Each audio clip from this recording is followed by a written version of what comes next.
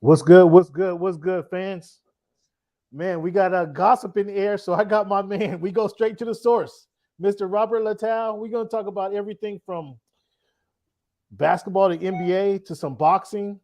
I even got a question in here for you, Robert, about who should be um, who should be the next fight for Canelo.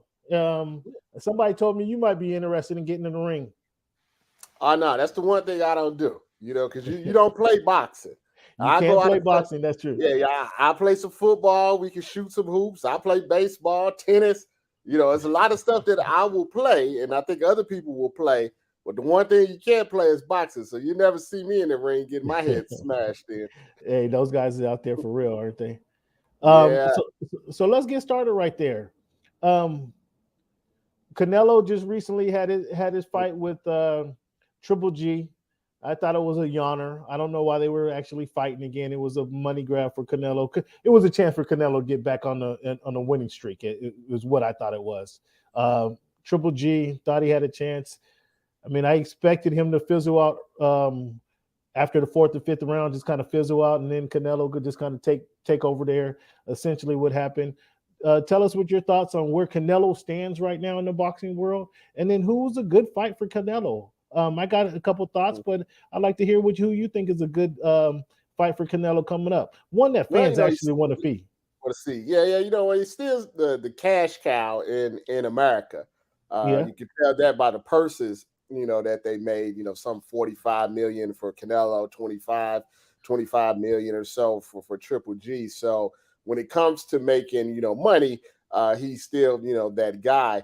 And even, depending, it really doesn't matter who you believe about the pay-per-view numbers, the zone or Dan Rayfield or things like that. Even Canelo's lowest numbers are better than pretty much anybody else's in America numbers that we're doing for pay-per-view. So he's still a big draw. I would put preferably, I would like to see him fight, David Benavidez, uh, Yes, absolutely. because, and I tell you why. The last few fights that Canelo has been in, when he went on his run to the super middleweight undisputed, and then here with Bivol, and then with Triple G, like you said, they haven't been the most action, packed fights. He's been fighting a lot of defensive boxers, a lot of ones that don't have a lot of pop. In Triple G's case, someone that's, older and doesn't present as much of a challenge as he did in his younger years. With David Benavidez, what you get is you get somebody young, you You get get all someone answer all the hungry. checks, all the boxes right Yeah, there. you get someone hungry, you get someone that fans are interested in, a fan-friendly style. Right. And you can make your money with someone like David Benavidez because he brings a lot to the promotion, as opposed to just doing a Dimitri Bivol rematch that win or lose, the boxing community and the casual fans as a whole really have no interest in. Yeah.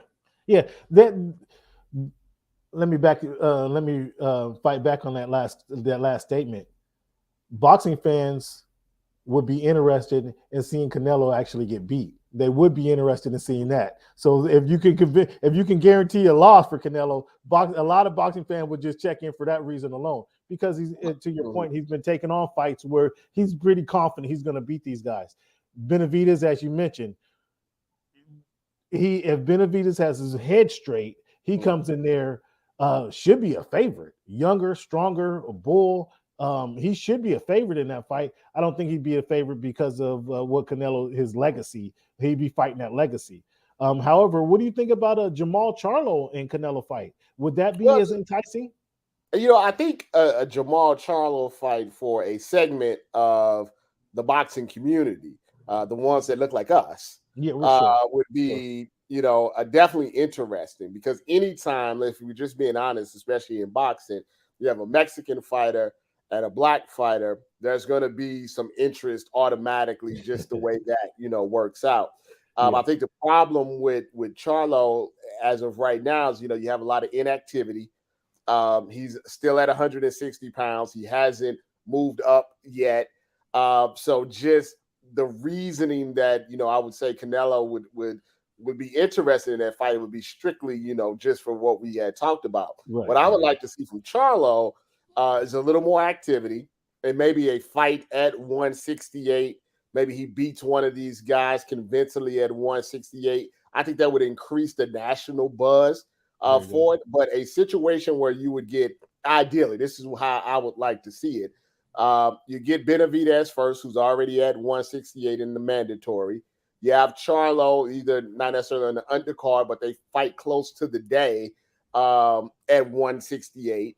And then, the winner of those two fights then, could meet, in the fall. So you could have a May fight and a fall fight. The fall fight, And yeah. I think for boxing fans, that would check off a couple of boxes for Canelo. The fans that say, he's not fighting these younger guys. And then you have the segment of fans that say he's not fighting, enough black fighters. That would check off for Canelo's legacy 2 more boxes in what's already an impressive, legacy. Sure. I think you elocuted it quite well when you say people like us would like to see that Jamal Charlo versus Canelo fight. Canelo, I personally asked Canelo about that, and seems to be some animosity between the two camps. Have you noticed that? Have you heard that? Well, Canelo has a lot of animosity toward a lot of people. I mean, Well, yeah, I think that's what happens when you're the guy that everybody wants to fight, and okay, that's not fool ourselves. The reason yeah, everybody wants to fight him is you payday. can make life changing money fighting Canelo. I mean, Caleb Plant was not getting $10 million fighting anybody. Right, Billy Joe right, Saunders wasn't getting $6 million. However much Bivol got, I'm sure it was double, triple what he's always got. So you have all of these guys, calling out Canelo name, but he can only fight, one person at a time. right. So I think it irritates him because, he is fighting undefeated guys. He's fighting champions. He has a good resume. And I think he gets irritated because he can't fight everybody. And then if he doesn't fight somebody, then they accuse him of ducking and things of that nature. So I don't think he has any animosity with Al Heyman or PBC or Showtime. He may have some animosity with some fighters, but that's never stopped him from fighting anybody. He had animosity with Caleb Plant, obviously animosity with Triple G. If the money's right and the situation's right, I think that's the route he will go. And what do you think about a lot of these PBC fighters fighting one time a year? Like you just talked about being active, wanting to see these guys be more active. Is that up to them being active, or the fights not being made for them? What's your thoughts on that? It's a frustrating situation because you have a lot of these guys in their prime and they're just kind of wasting it away. And it's hard to know who exactly is to blame for that. Is that a promotional issue? Is that the fighter issue? You get comfortable once you have a certain amount of money and things of that nature. That's why I'm very, quick to point out people shouldn't be critical of fighters, win or lose, that are out there actually, fighting. Like Yeah. people will be critical of, say, like a Devin Haney, but he's fighting more people than Ryan Garcia. You know what I mean? So it's like if you fight enough and you fight quality individuals, it's quite possible you may take, a loss. And there's nothing wrong with that. But I think in 2022, there's this aura about if you lose, the way people talk about you and the way they clown you and stuff. I think it's actually made fighters a little more hesitant to take risk and to take, multiple fights. Yeah, that's true. I mean, that's kind of what is it called? That's human for anybody who not want to put their legacy on the line. Just to challenge it, just for fans' sake, if you will. You brought up Haney. Let me ask you this question. Let me back up. Shakur Stevenson had to throw his. He got robbed of his belt because he wanted to move up because he couldn't make weight and he needed to move up. Right. Now he says he's moving up to 135. Who can beat Shakur Stevenson at 135? I'm not sure. Give me a name. I'm thinking about somebody. I can't think of anybody who's going to beat Shakur Stevenson at 135. Garcia's not going to do it. Haney's not going to do it. I don't think Tank Davis, although that would be a hell of a fight, I don't think Tank Davis is going to do it. Who at 135 do you think can challenge Shakur Stevenson? Well, in the history of boxing, when you have elite. I'm talking about like top of the line, defensive elite, boxer punchers, like a Shakur Stevenson. In the past, the way that you have to beat them or even give them trouble is through aggression, through willing to take some punches, making them uncomfortable in the ring, get them in a firefight. You go all the way back to Sugar Ray Leonard, fighting Duran the first time. You almost got to you got to kind of trick them into fighting a brawl. And to me, you're not going to get that with Devin Haney. You're going to get two boxers in there. Maybe Ryan Garcia doesn't have that mental capacity right now to put that type of game plan, together. Now, when you look at Tank Davis and say you look at Lomachenko, those are two guys, Tank Davis with the power and Lomachenko with the mindset that I think could give them problems. It would be hell of a fight, like you said. Tank Davis is very interesting to me. He's a little bit like, in my mind, Deontay Wilder, in the sense that, he kind of lulls you to sleep. You think you're winning rounds, and then, it's over. And he has a higher boxing IQ. He's a better boxer. But that's the way he boxes. It's not like all out aggression. It's, you think you're getting them, you get a little bit more aggressive, and then bam, next thing you know, you're on the ground. You go. Right. That's a great point. Right. Lomachenko, master boxer, master thinker in the ring, more experienced than someone like a Shakur Stevenson. Sometimes that can help. But yeah, Shakur at this moment, at his peak, I don't even think he's peaked yet. If Shakur Stevenson, and I always say this about boxers, and sometimes you don't know until they, really get hit. If he has a chin, just like Floyd, underrated chin, because it's boxing, you're going to get hit at some point. Yeah. If you have a chin and you have that type of defensive prowess, it's going to be a hard night, for anyone to beat him for a long time. I don't see. You just made me think of Teofimo Lopez. I don't think Teofimo is one that you described. You got to be the aggressor. You got to trick him into a brawl. Teofimo can possibly do that. Teofimo could possibly land a punch or two, a knockout punch or two against Shakur. I think Shakur moving up is the class of 135. I think he was the class of boxing in my honest opinion. But now that he's moving up to 135, I'd be interested to see who can really challenge this kid, because I think what I like about Shakur Stevenson though, he as a young fighter, mid-20s, not a super young fighter, but he likes to take on challenges, and that's what we're not seeing. Fighting, Oscar Valdez, fighting Jamal Herring, fighting even Conce Sal. You're fighting these guys that may not be on your level, but do present some challenges to you. And that's really all people want to see from young fighters, is that they're continually to push themselves and not just taking fights that we know as soon as we turn on the TV what the outcome is going to be.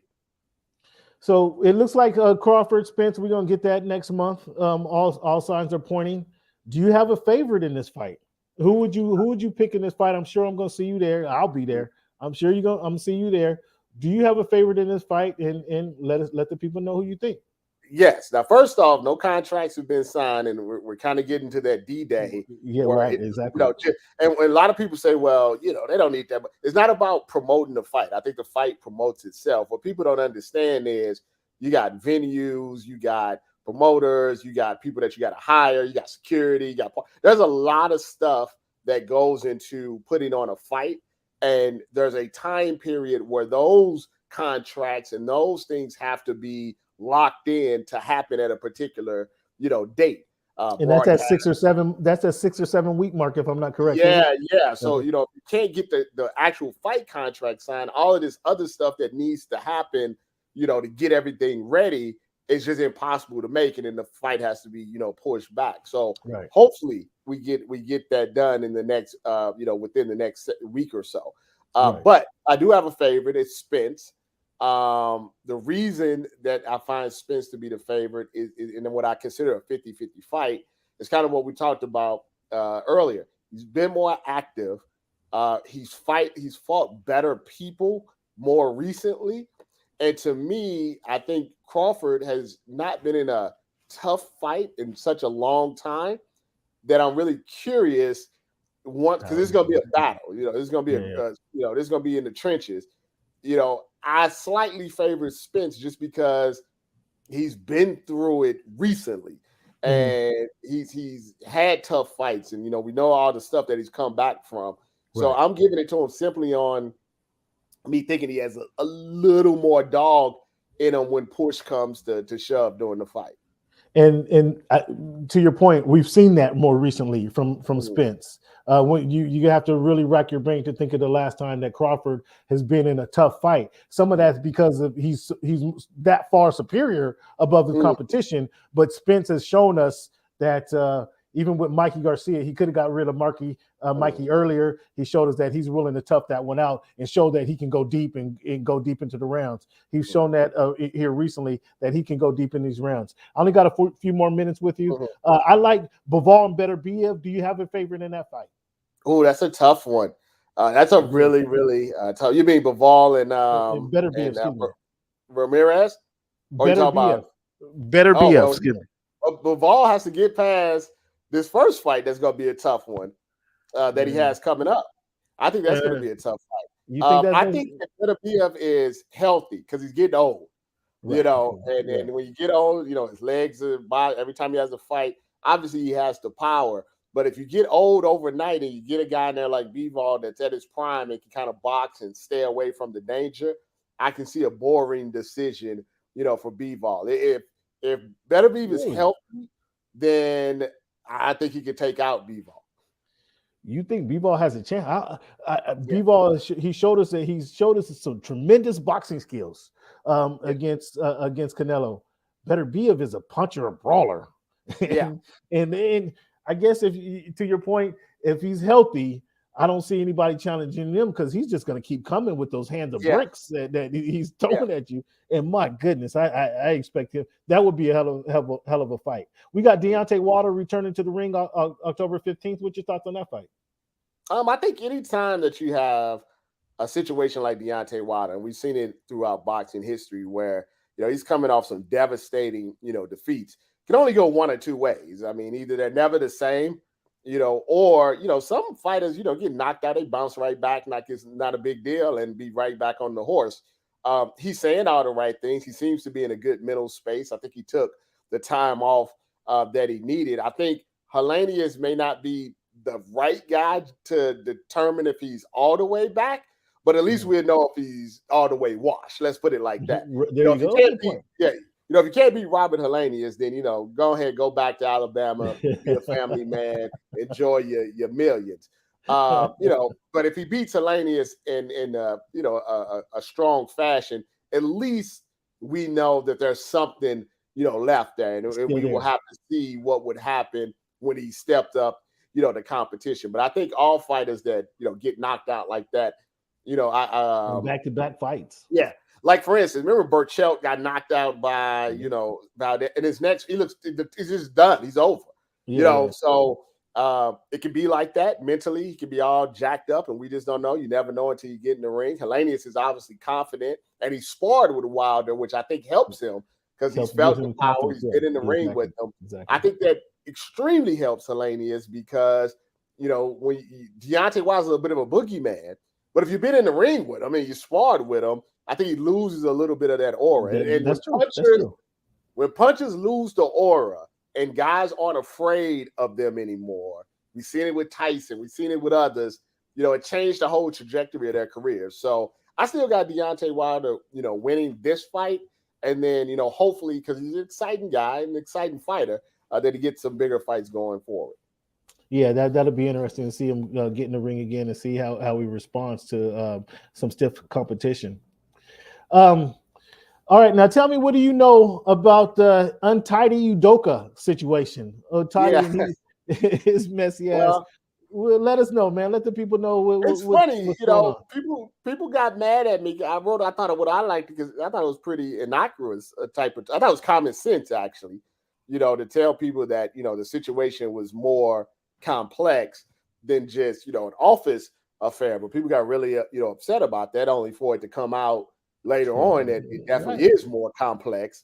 They're just but I never get credit for stuff like that, but that's Well, you're okay. gonna you getting the credit today. You on the Voice of the Fans show, and the fans are gonna know where this came from. It's coming from the horse's Yeah. mouth. That's why we have you I on the mean, show.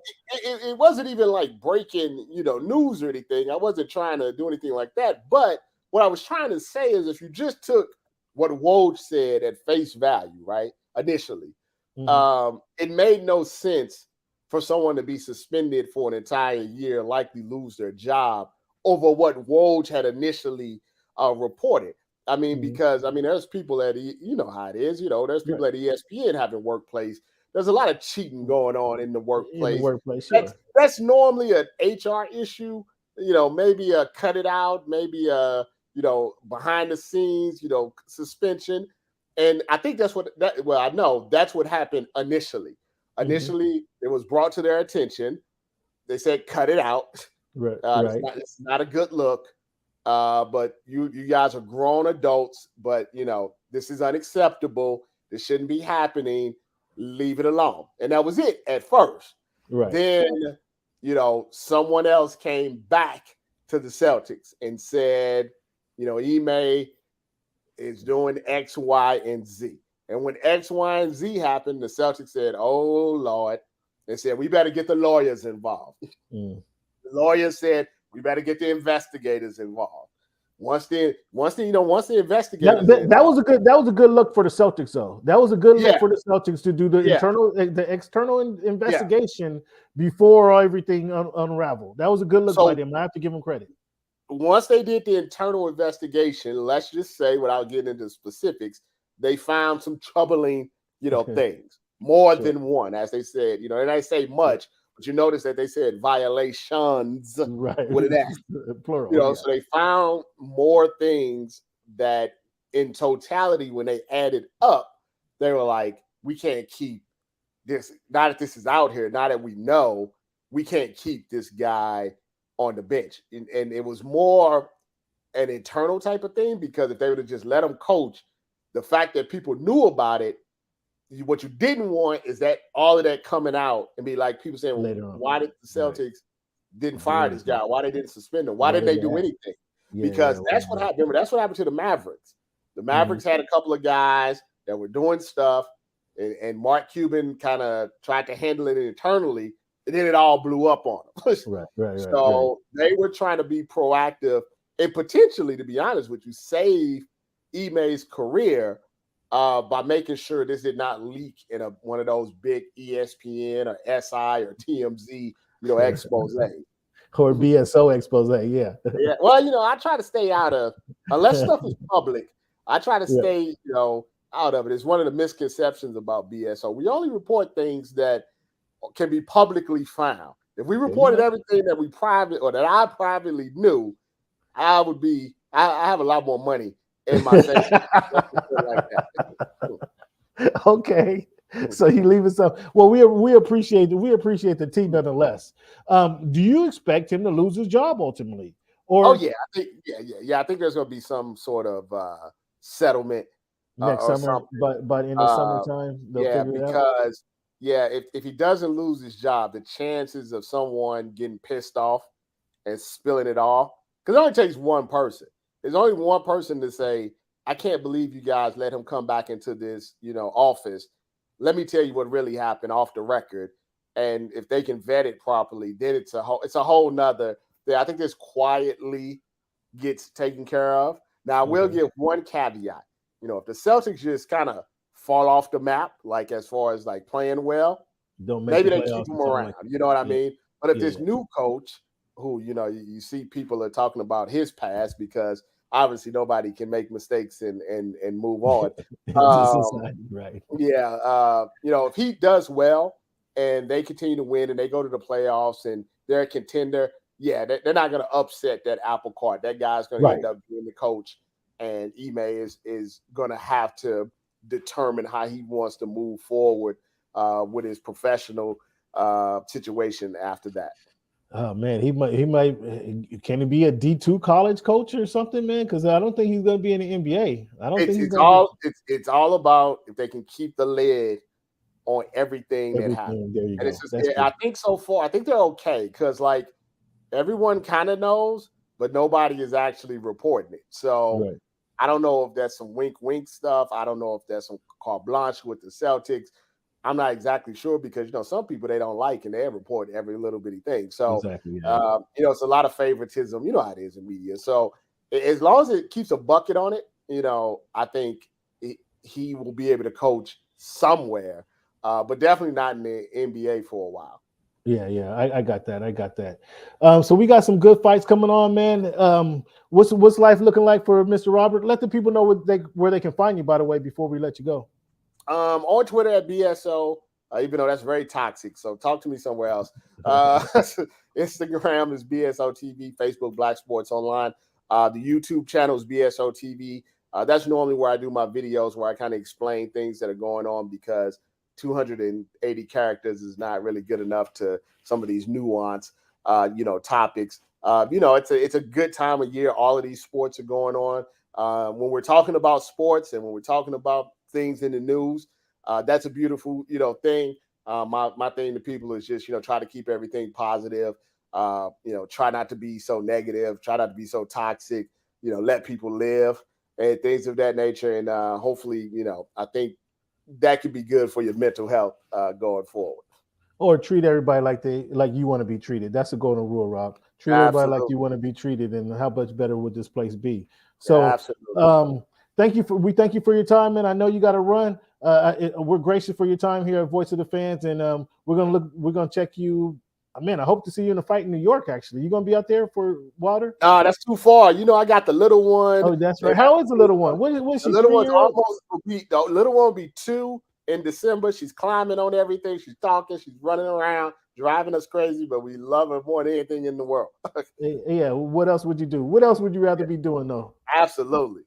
Man, I love it. Thank you for your time, big guy. We'll see you around on the backside. All right, Have a good brother. one. Have a good one. You too.